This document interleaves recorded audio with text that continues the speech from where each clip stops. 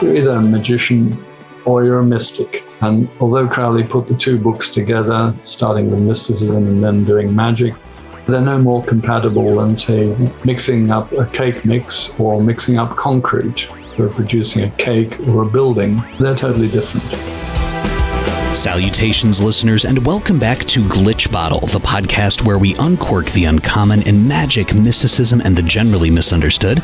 I'm Alexander F., and today we are so excited to chat about Aleister Crowley's 4 books of magic with Dr. Stephen Skinner.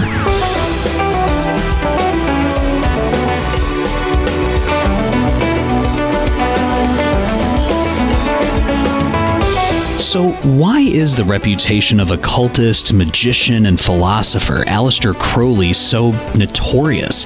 What are the 4 books of magic and their relationship to Philima?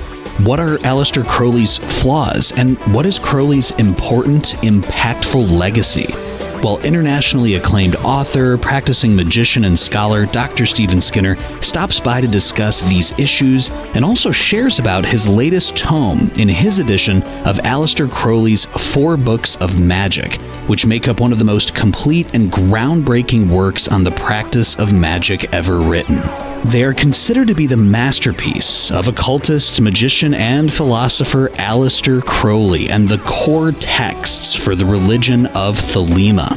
Their influence on alternative Western thought and philosophy cannot be exaggerated, and Dr. Skinner also explores the differences between the psychological and the spirit-oriented approaches to magic, and also how that dilemma shaped Crowley's practice and his founding of Philima. Dr. Skinner also shares about Crowley's very important legacy and helps dispel misconceptions about Crowley and his writings. Also, a big thanks to fellow magician Adley Nichols for his background information on Philima and on Crowley before recording this podcast, and a huge thanks to each and every Glitch Bottle patron on Patreon for your support and your wonderful questions for Dr. Skinner, which as usual were fantastic. And now to help us uncork the uncommon, let's welcome back Dr. Stephen Skinner.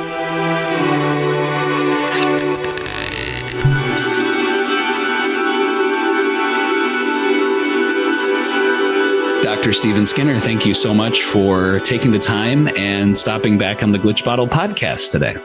Thank you for having me. The honor is certainly mine, Dr. Skinner.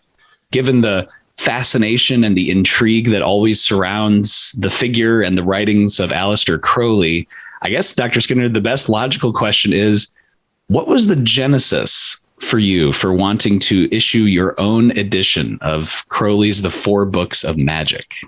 Well, over the last number of decades, I'm mostly associated with grimoire magic and Solomonic magic and Greco-Egyptian magic.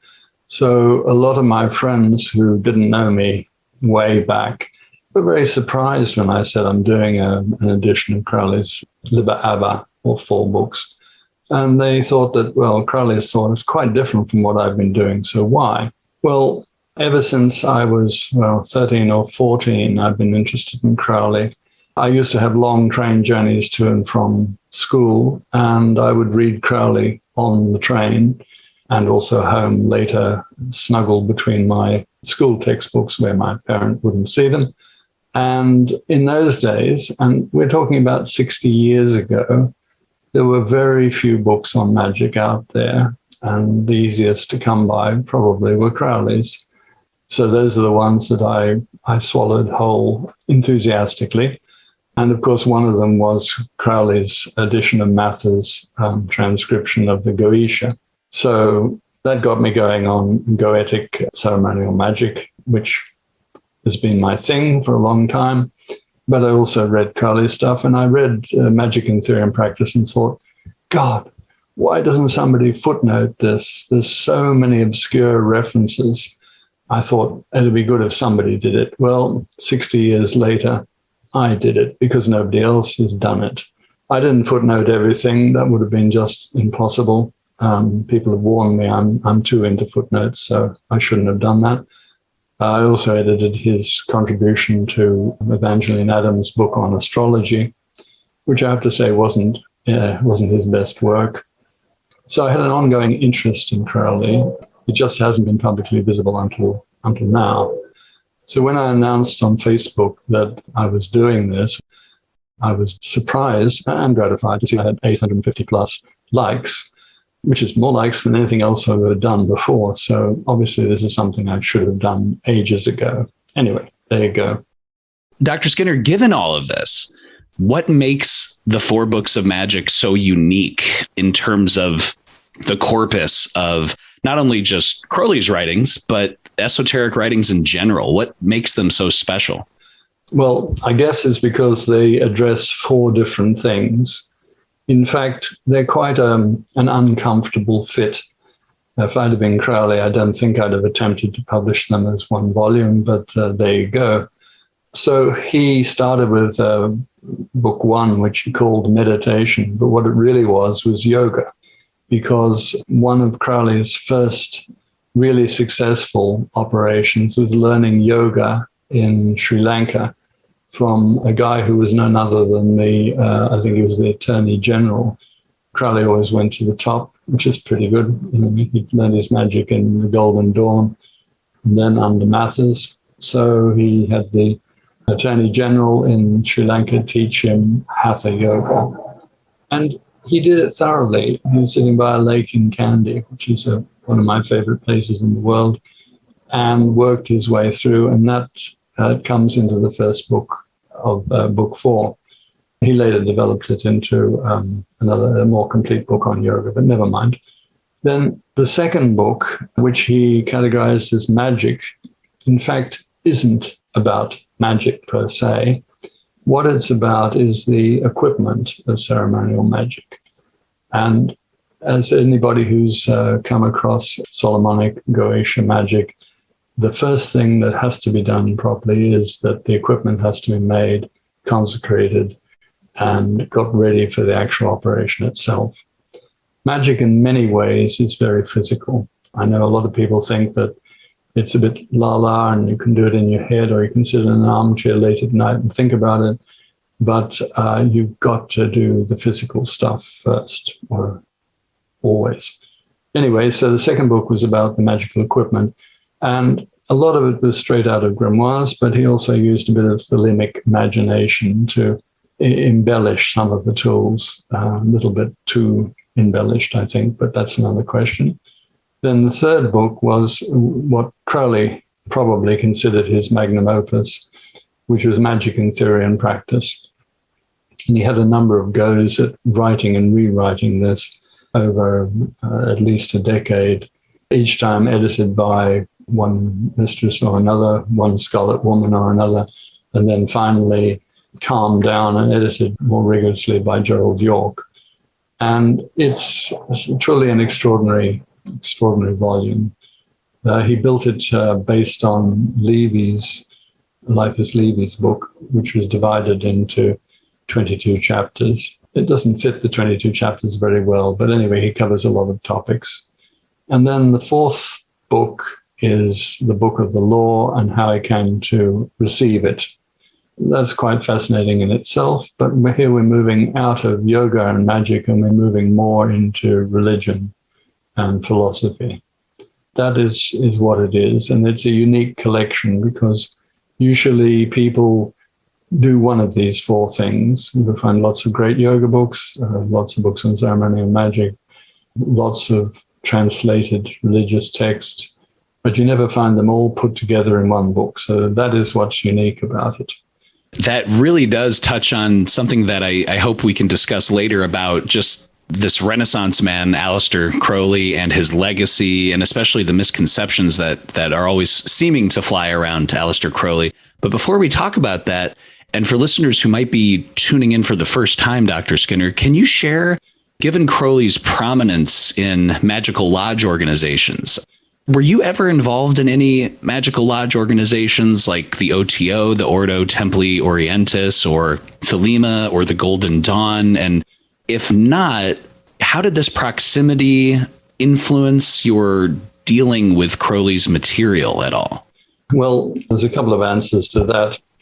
The first lodge I was involved with, actually in Sydney, I was born in Sydney, utilized a lot of Crowley's material. So in those days, Crowley's books were not easily accessible. So the Equinox had not been reprinted at that stage. So those of us who had first editions of the Equinox, and I'm pleased that I bought one around about that time, were privileged in a sense. So I joined a lodge which used a lot of material from the Equinox, and they separately photocopied the Libras and handed them out at various, on a well-organized grade structure. So I rose up to grades there.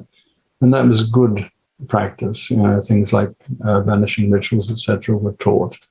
So that was my first lodge experience. Then I came to London and didn't continue with the Sydney Lodge, obviously. But I did join one lodge in London, which is, incidentally, the Sydney one was not directly or indirectly connected to the OTO, because the OTO was more or less moribund at that point. Likewise, the Golden Dawn. The one in London was also not connected to the OTO, Philima, Golden Dawn, or any other mainline thing, but was quite unique in itself. And I can't tell you the title of that lodge, but in that I learned a lot more about evocation than was taught anywhere else. So that's the quick answer. So the proximity to being in those lodges, the first one definitely influenced my absorption of Crowley material. I was forced to absorb every single one of his levers and was examined on them. And the second one, not so much. Can you give us the broad strokes of where Philima came from and how it was incorporated into the already existing at that time, the Ordo Templi Orientis and its connections to Freemasonry and all of that? That's a tricky field. Richard Krasinski has done some of the best researches on that. But just in outline, the OTO began probably in Germany and Austria, and they promoted Freemasonic stuff, plus also a certain amount of Indian tantric sex magic. And their head man came to London and accused Crowley of publishing their secrets, which Crowley denied until he went over to the bookshelf, pulled down Crowley's Book of Lies, opened it at the appropriate chapter and said, "Look, there you have published it." So Crowley wasn't even aware of what the OTO's secrets were, and he just thought this is something useful to publish. So he was promptly made a member, sworn to secrecy, which is a bit late after you published it in a book, and promoted to being the head of the OTO for the UK and Ireland. So that's where the OTO came from. And then Crowley looked at it and thought, well, this is mainly old Masonic stuff. So he volunteered and then did rewrite the rituals and injected into them a lot of his ideas on Philima, etc., which we'll come to later in this discussion.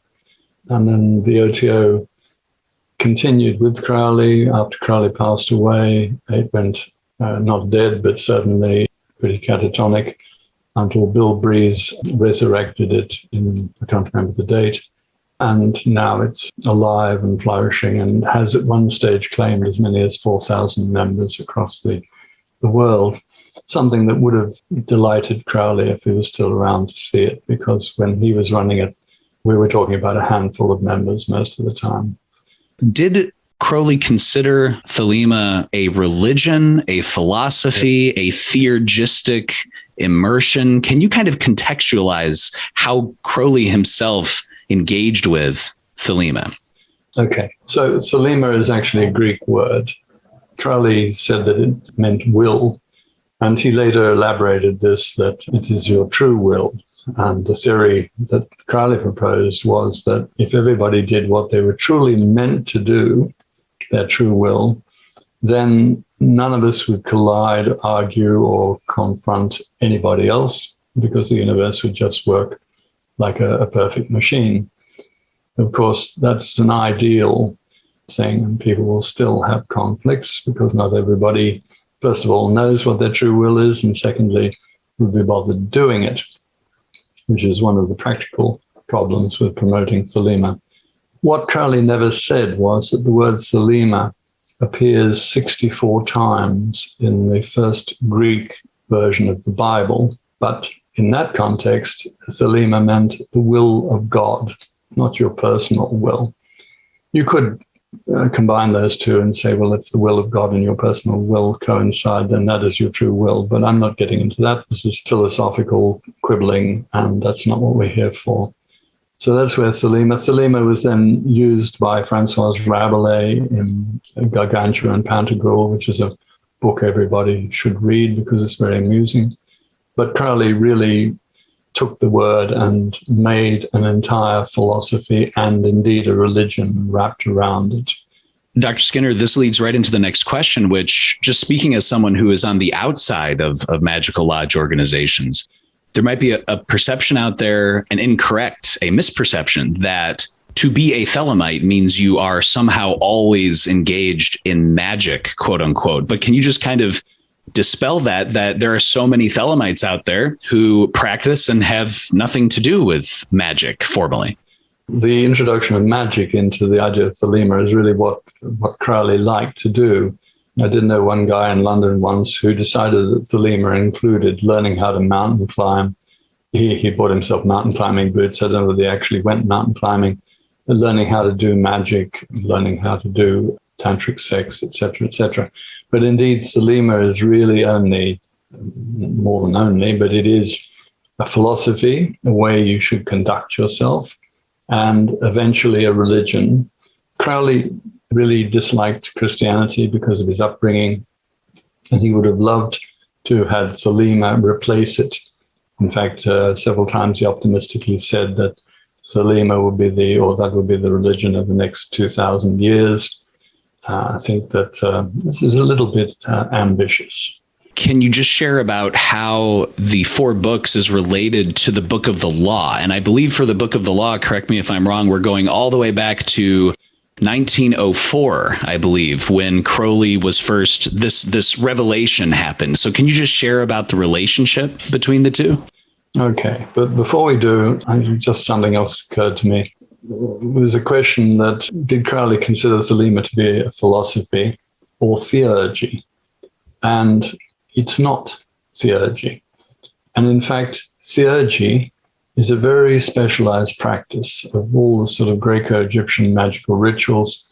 Of the hundreds of them, theurgy only makes up 3. Unfortunately, nowadays, the habit has been to use theurgy as a pompous synonym for magic. So people say they're doing theurgy when they're not. I just wanted to move that one off the agenda. Philima is certainly not theurgy. Anyway, getting back to the other question, Philima doesn't require that you're a magician any more than it requires you to be a mountain climber. And then coming back to your question, how do the 4 books of magic relate to the Book of the Law? Well, the Book of the Law makes up the 4th of the 4 books of magic. And as I said initially, these 4 books do not fit comfortably together. So the relationship is more distant than the fact that they're bound between the same book covers. Dr. Skinner, as well, I know so many people, so many magicians, practitioners, readers are familiar with the 6-step Solomonic process that you delineate both in the Goetia of Dr. Rudd and also in Techniques of Solomonic Magic. And to that point, we do, Dr. Skinner, have a listener question for you from Jake Stratton Kent. And Jake Stratton Kent is asking if you think, Dr. Skinner, as Jake does, that chapters 13 to 17 of Magic in Theory and Practice on the stages of ritual match Dr. Rudd's as detailed in your Goetia of Dr. Rudd, and that Crowley may indeed have derived this approach from such a source. Well, I'd agree with the last statement. Crowley took those chapters 13 to 17 from the grimoires, particularly from the Goetia, which he published, having, I was going to say purloined Mather's translation, but some people have said that he paid Mathers for it, which I somewhat doubt. Anyway, so from the basic Goetia of Dr. Rudd, or the general Goetia, the method came, and that is the same method as the one that I discuss in Techniques of Solomonic Magic. And if we just look at the steps, they're very concrete. First of all, you have a consecration of the equipment, etc. Then you invoke the angels, and then you evoke the spirit, and then you constrain the spirit in a triangle, and then you bind the spirit and tell it what you want it to do. And after it's agreed, then you allow it to leave. This sounds very high-handed and prescriptive, but it needs to be, because, as I've said before, working with spirits is rather like taming a wild horse. You need to be firm. You can't cozy up to them and treat them like a pet dog or something. Spirits can do bad things, and you don't want them to do that. So you have to take account of protection. You have to work from within a circle where a phylactery, and you have to bind them in such a way that they will do what you want. And then, quite often, what you want happens the next day or maybe within a week, which is something that you don't see usually with other methods.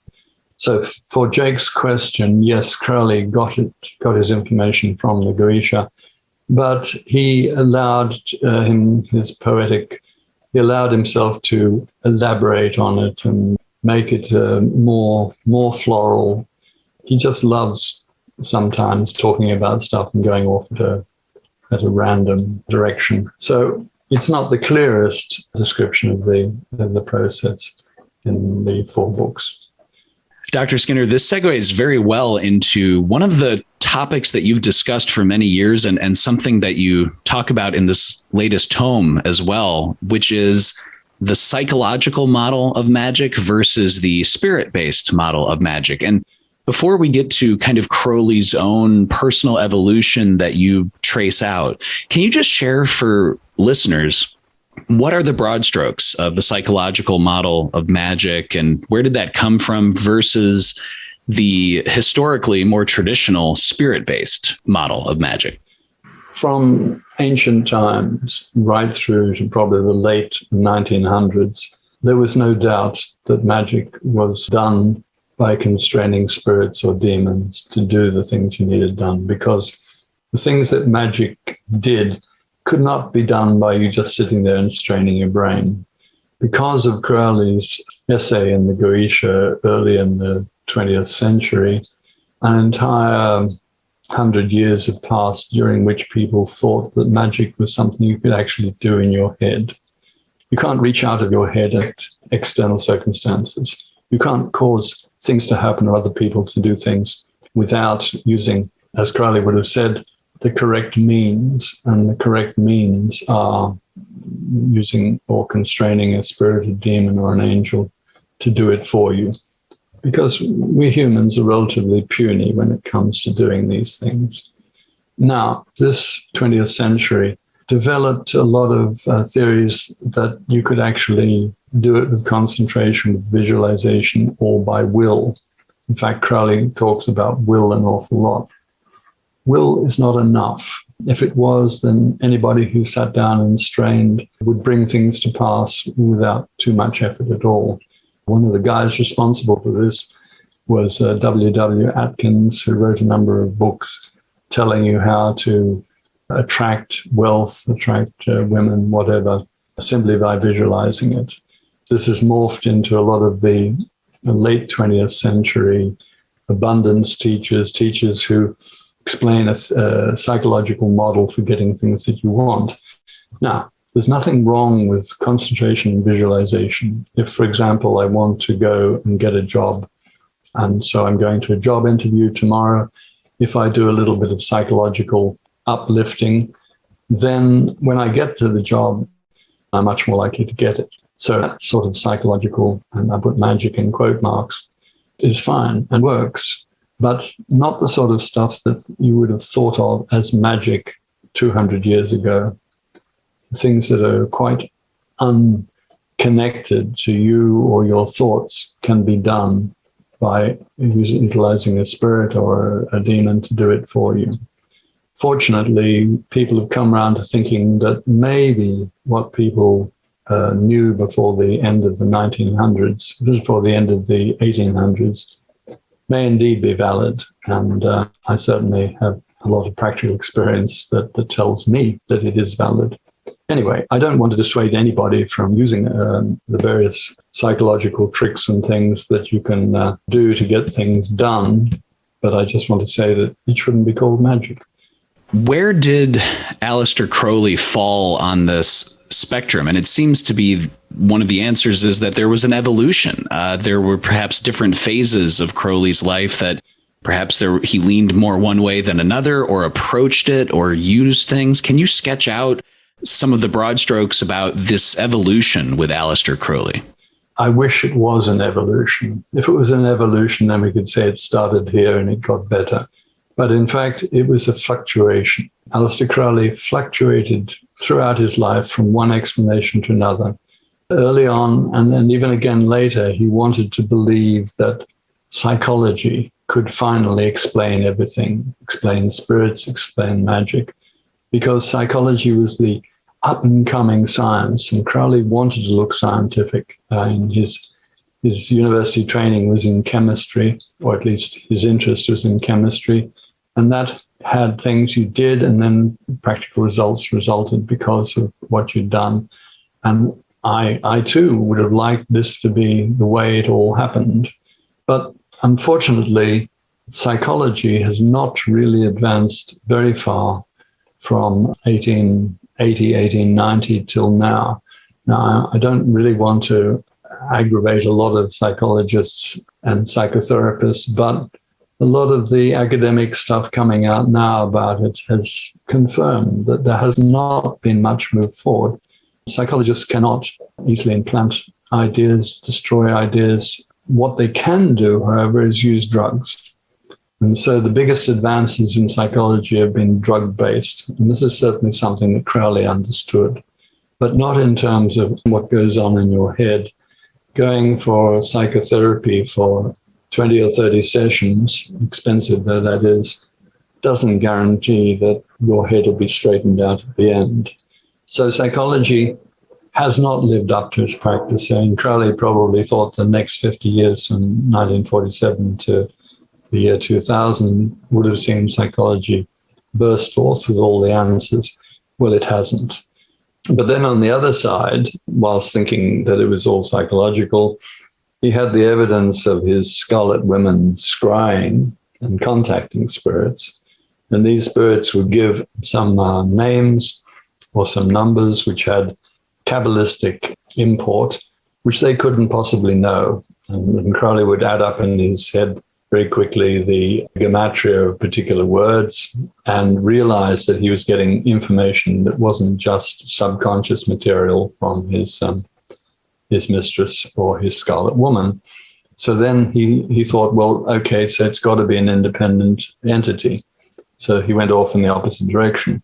Now, the big test in his life was the transmission of the Book of the Law.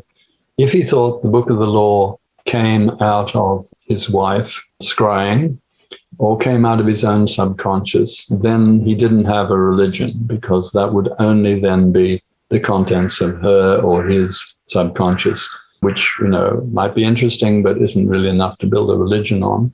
So then he had to maintain that Awis was an independent entity. But he could never quite decide whether Awis was a demon, a daemon, a god, a spirit, or what he was. Crowley fluctuated all around with that. And in Book 4, there's a list of the things that Crowley thought Awis might have been. But because Crowley didn't actually come down on one side or the other, the spirit model or the psych model, his writing flipped backwards and forwards from one to the other. And that was one of the three big defects in his work, which has confused his disciples and confused academics reading his work ever since. There were two other big defects, which we'll come to later. And people will have to forgive me for saying defects in connection with Aleister Crowley, because everybody is fallible, myself included. The second defect was that Crowley didn't complete most of his major magical operations. So he started the Abramilian operation. He got to the prayers and to building the oratory and things like that. And then he married Rose and thought, wow, I think I've got to go on a long tour around Europe to celebrate my new wife. And so he did that. And it wasn't until much, much later that he decided he was going to finish the Abramelin working. So instead of going back to the room he'd started in and calling the spirits in a logical order, he decided he was going to do it in his head while sitting on a pony, climbing up and down mountain ranges in the back end of Assam and down into part of China. And then he claims that he's finished Abramelin. Well, anybody who has worked the system right the way through knows he has not, because the system is definitely spirit-based, and you need actually to call the spirits in order and work with the talismans at the end of the operation. So that was incomplete. He also tried doing these 30 Aethers, and he called, I think, 2 of them in Mexico, and then there was a long gap before he did any more. He finished those in the end, but with long gaps in between. So with magic, you have got to carry something through to the end to get the results. So I think that Crowley didn't get the results he was hoping for because of that. And the third defect we'll come to later. Dr. Skinner, we do have to that point a listener question from Emmett Lewis, who is asking, Dr. Skinner, why are you so adamant that magic cannot be used for psychological purposes? If we look at the personality and psychological makeup, it is a component of the form world, and basically everything in the form world can be altered within reason using magic. So it's reasonable we can alter these components too. Emmett is saying, in the school of Taoist magic I am a part of, this is quite a big part of what we can use spirits for. For example, we have spirits that can make an introvert into an extrovert. So Emmett's asking, do you, Dr. Skinner, think that this is more just a feature of the register of spirits available in the West or Solomonic traditions? So let's look at this in piece by piece. So first of all, there's no point in talking about the form world or elevated Kabbalistic speculations. We're talking about something practical here. You either call up spirits or you sit in the corner and meditate. You can't compatibilize them. It's either one or the other. You're either a magician or you're a mystic. And although Crowley put the 2 books together, starting with mysticism and then doing magic, they're no more compatible than, say, mixing up a cake mix or mixing up concrete for producing a cake or a building. They're totally different. But if you want to get specific, then the reason why you can't easily use spirits for psychological purposes is that all spirits have their offices, and their offices is a list of the things they're capable of doing.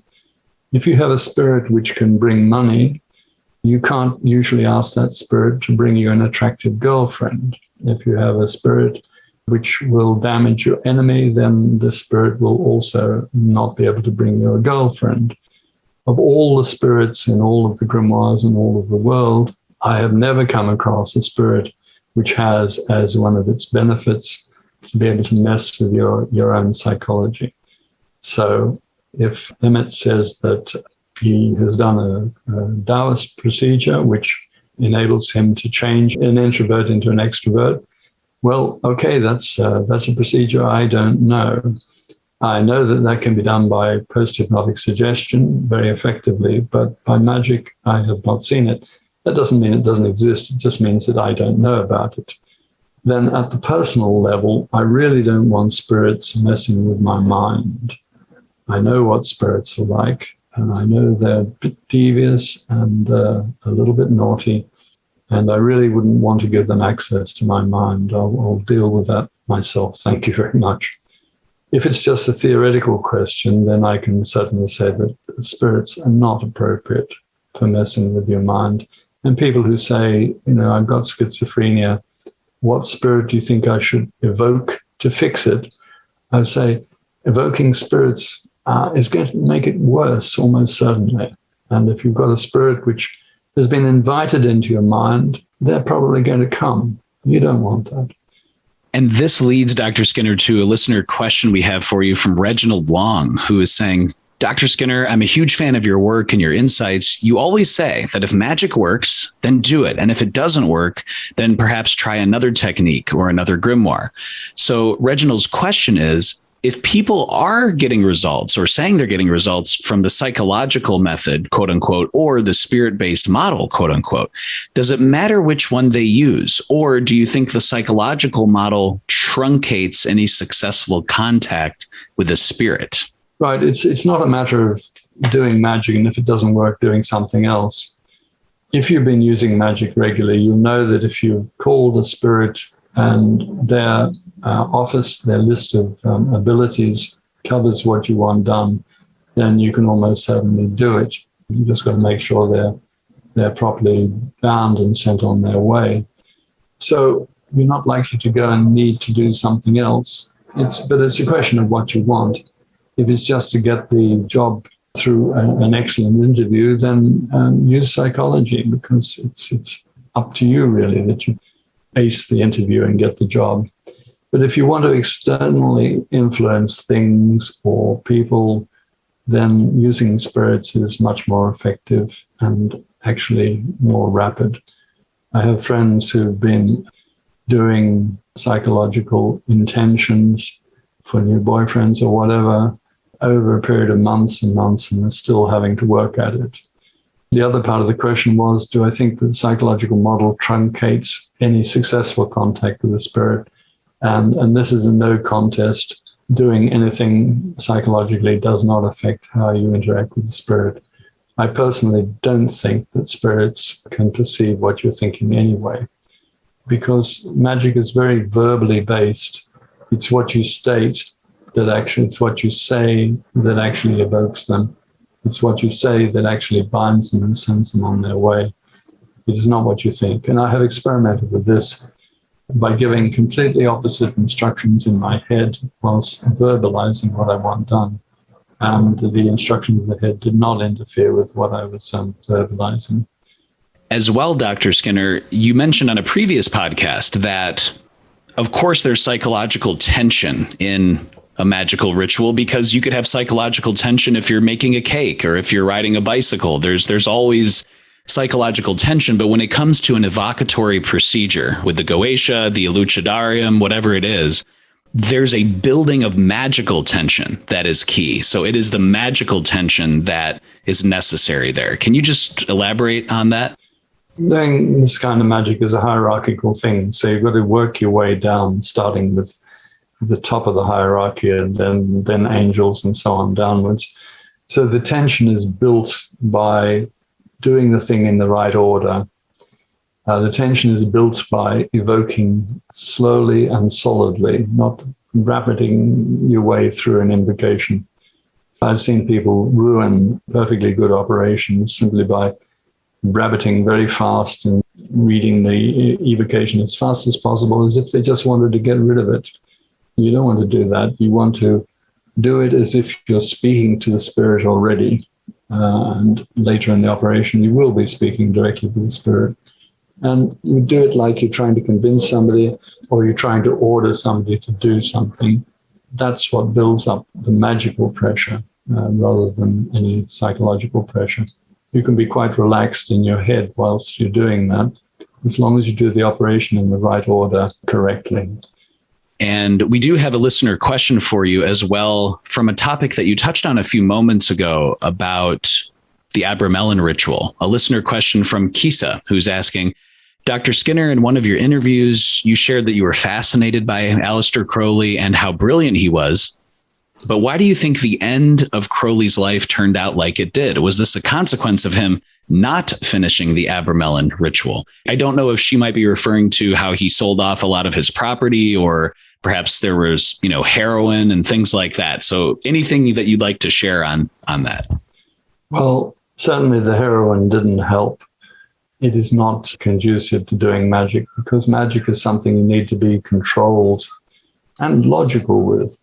It wasn't anything about selling his property, because he did that because he was running out of money. He inherited, I think, was it £3,000 or £30,000 initially, which was a lot of money in those times. But he burned through it by doing a lot of traveling and spending and buying lots of limited editions of books and things like that. So that wasn't harmful. Taking the heroin might have been, but also not completing the magical operations. if you build up the magical pressure with, say, the Abramelin ritual, you've got to do the full 6 months, or if you observe the more complete German version, the full 18 months. And Abramelin is not something that you should just attempt on a whim. It's something that you should prepare for and figure that you're not going to be working for the next 6 or 18 months. I know people who have attempted the Abramelin and continued going to work every day and having a social life and just devoting a little bit of the evening to prayer, etc. It's not going to work. You've got to do it wholeheartedly. And Crowley didn't. He finished up, as I said, sitting on a donkey in the Assamese hills, doing it in his head. That's not going to move any spirit to come. We do have a listener question for you, Dr. Skinner, from Kevin Carlo, who's asking, Dr. Skinner, do you think someone as influential and as revered or hated by so many people can become an energy current that can be contacted almost like a traditional spirit? I spent a lot of time being a fan of Crowley's writing, and although I never became a Thelemite, I still get the feeling that Crowley's energy pops up in my life often. One example, I see the number 93 all the time in very important situations, and it feels like a form of communication. Have you, Dr. Skinner, heard of or experienced anything like this? Thanks, Kevin says. Yeah, I've heard of this. I've heard of people seeing other magical numbers pop up on car license plates, telephone numbers. Once you get an idea fixé about a particular number, it will appear all over the place. Personally, I haven't experienced that, so I can't really comment on what it is or why it is. I don't know whether Uncle Al was attempting to communicate with you or simply that you were seeing 93 wherever you turned. Dr. Skinner, as well, we have a listener question for you from Katie. And Katie is asking, for someone who opposed Christianity so openly, why does Crowley's practice seem so similar to Christianity? That's an easy one, because Crowley was brought up in the strict dispensation of the Plymouth Brethren and had Christianity hammered into him from an early age. So he couldn't actually get away from it. I mean, just the fact that Philima became his big word, and that appears 64 times in the Greek edition of the Bible.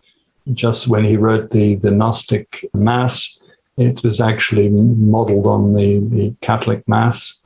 When he wanted to do consecrations of magical equipment, he used the Catholic Latin consecration phrases and so on. So it was definitely part of his training and part of his upbringing. So yes, a lot of it did. When he wanted to decide who were the key figures for the history of Philima, he referred to them as the Thelemic saints. You can't get away from the culture that you're brought up in.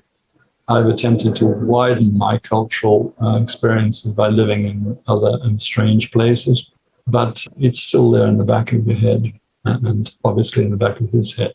Dr. Skinner, as well, it's certainly no mystery that Crowley was incredibly intelligent and complex. Could you comment perhaps on the idea that Crowley's apparent switch in stance, as you said, Dr. Skinner, it's certainly not an evolution, quote unquote, but from the psychological model to the objective spirit model, might have reflected some kind of inner battle regarding perhaps our ability as humans to perceive reality?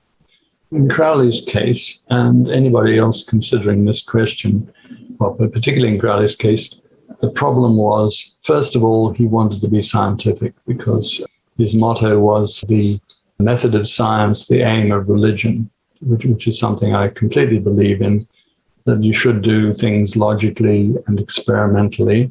That's the method of science. The aim of religion is to reach out to the gods, or we can expand that slightly to include angels, demons, and spirits. So that was on one side. And on the other was the problem that he was receiving apparently objective information from his Scarlet Woman scrying. And more to the point, how could he propose a religion headed by Awis if Awis was not an independent intelligence? There's his problem. I don't think it's anything as large as the human ability to perceive reality, that's getting rather too philosophical. I think it was just the two considerations in his life. I want to be scientific, but I want Avis to be seen as a god, an angel, a spirit, whatever. Just to kind of discuss this big picture as well, Dr. Skinner, there are so many people out there who might be considered Crowley haters, or people who, Aleister Crowley, that guy. But as you say, Crowley was brilliant, and the 4 books of Magick offer, quote, unequaled insights into the practice of magic. What are some of the biggest misconceptions about Crowley, or perhaps incorrect beliefs that people have about Crowley that they definitely need to get cleared up on? Well, first of all, let me say that Crowley was probably his own worst enemy, because whilst trying to propagate a religion and explain magic to people, he was also behaving socially rather badly, which turned an awful lot of people off him. We're not all Victorians anymore, so now we can look at his sexual antics and things and not hate him for it. But, he was tarred as the wickedest man in the world by the popular press at one stage, and he enjoyed that label. He should really have had a PR person to correct what he was presenting to the world, and then he wouldn't have had quite so many haters. He was brilliant. He was a great mind, but it was ravaged by drugs, particularly heroin, and indecision, like, which way do I look at magic? If magic is central to what I'm doing, am I doing it in my head or am I doing it outside? And then I think perhaps the third defect was that he attempted to create a religion as well as promoting magic.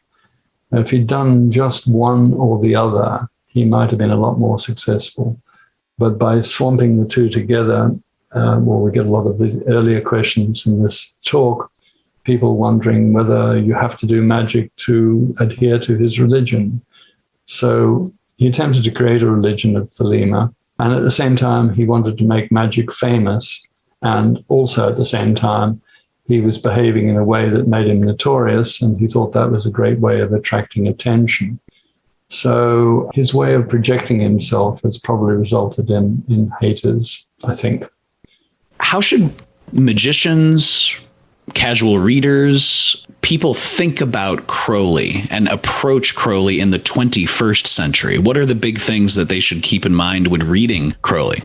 If we're talking about his legacy, he brought Eastern methods like yoga and I Ching and Egyptian magic into the 20th century and now the 21st century. He also generated the seeds of the hippie revolution, which I think is sociologically significant. And he still makes people think a lot. I think it's a pity that he tried to create a religion on the basis of just one transmission by Rose in 1904. There has to be a lot more to religion to make it work. But, he has got disciples and devotees on that side as well. But if he was around now, I think he'd be disappointed that somewhere between 1,000 and 4,000 is not a big number after a century of working at it. He's a little bit like the irritation in an oyster, which creates a pearl. He must have irritated a lot of the people around him at the time by his behavior. But some of his thoughts are pearl-like and worth reading, which is why 60 years after I first read it, I wanted to do book 4 again. It wasn't book 4 60 years ago. It was 3 separate books, and try and explain what Crowley was about. Dr. Skinner, as well, just shifting focus a little bit from Crowley in particular and his apprehension of magic and religion and Philima, we do have some non-Crowley questions for you that focus on magic in general. And the first one is a listener question from Aaron Leach. And Aaron is asking, in one of your books, Dr. Skinner, either the techniques of Greco-Egyptian magic or techniques of Solomonic magic, you mentioned the fact that magic tends to be similar from one culture to the next. If people simply made up whatever suited their fancy, magic would be essentially different within each culture that created it, but it does not appear to be the case. So Aaron is asking, can you, Dr. Skinner, elaborate on the universal similarities to be found in magic, regardless of time, place, or culture? Okay, well, first of all, magic is a concrete practice. It's not something just invented or made up. So let me parallel it with, say, forging iron.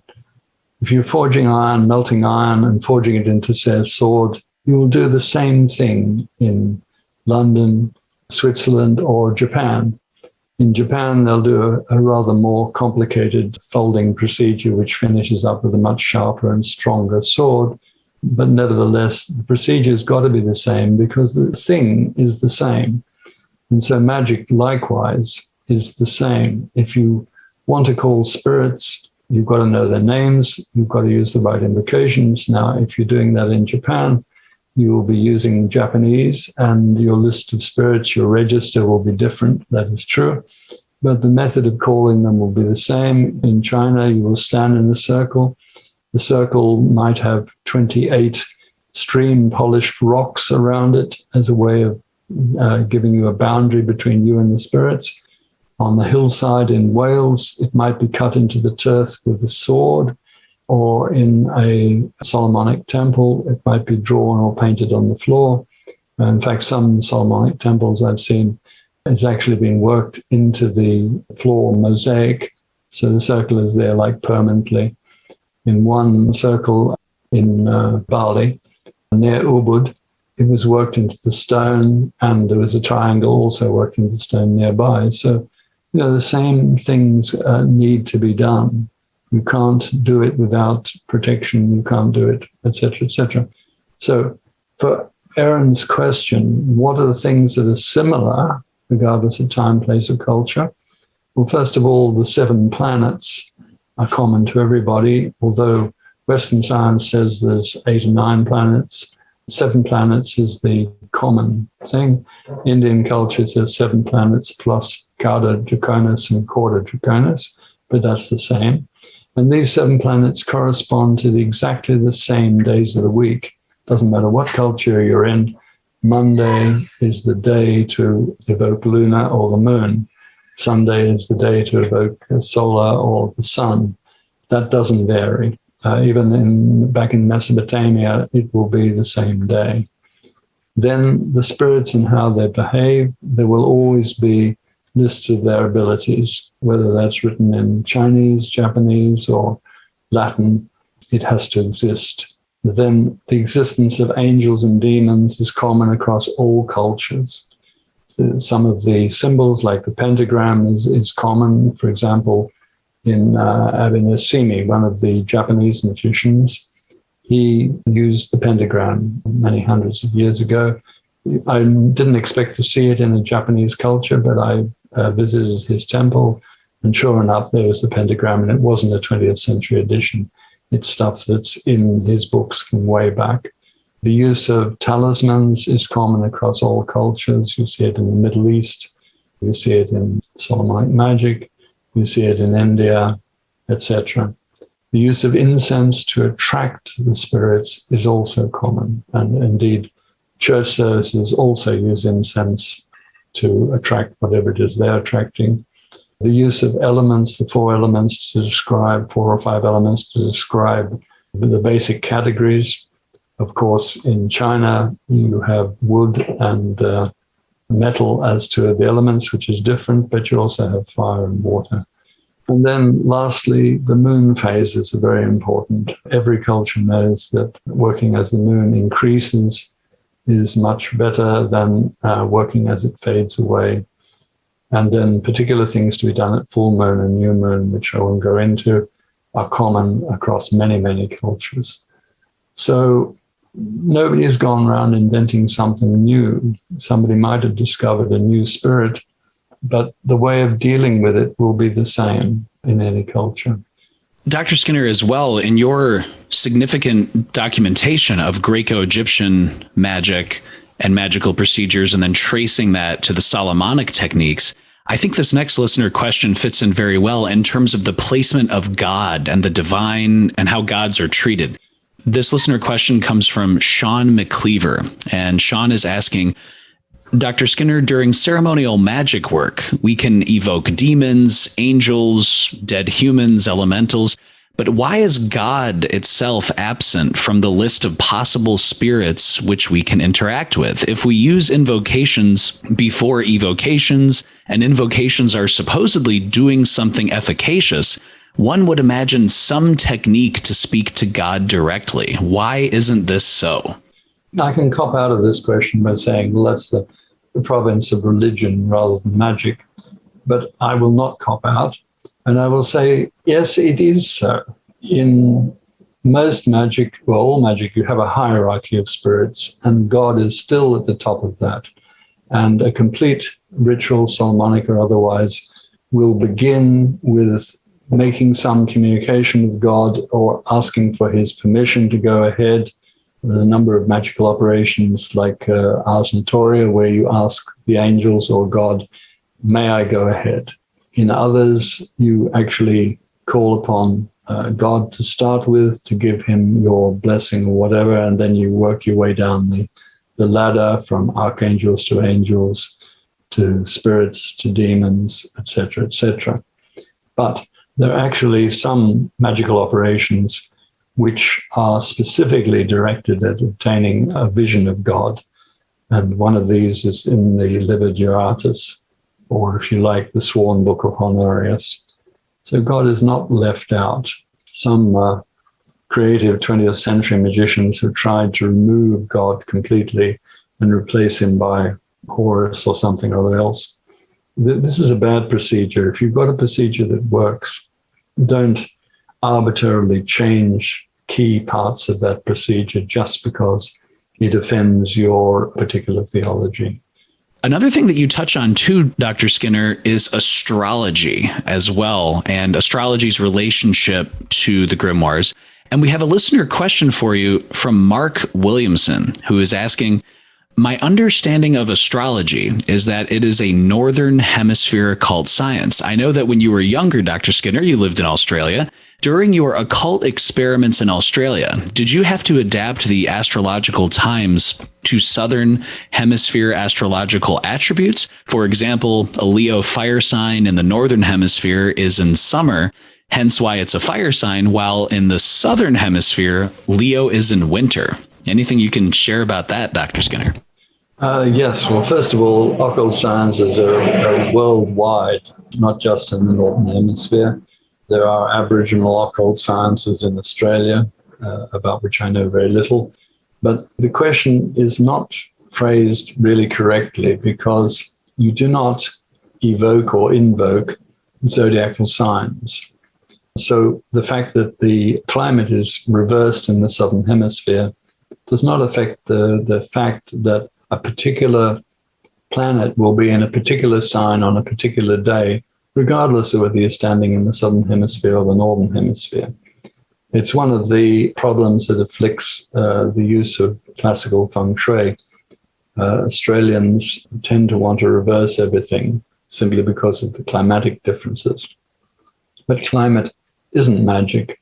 And in fact, climate is only a parallel in feng shui rather than a determining feature. So the issue is, where is the planet? Because it's the planetary energies which are using in a lot of magic. And if the planet is in Leo, which is a fire sign, it will be in Leo whether you're standing in the south or standing in the north. As well, Dr. Skinner, we have another listener question for you from Mark Williamson, who's asking, apart from your Ars Notoria experiments, Dr. Skinner, have you ever used dream revelation magic? And if so, how accurate or effective was the dream revelation, or can you recommend a dream revelation ritual to perform? Yes, indeed, I have used them. The earliest ones you find in the Greco-Egyptian papyri, and there's a handful in there. And what they are is they're effectively an invocation followed by going to sleep, probably with a talisman under your pillow, and hoping to get the dream which will give you the answer. Now, my experience of this is that 7 times out of 10, you will get a dream.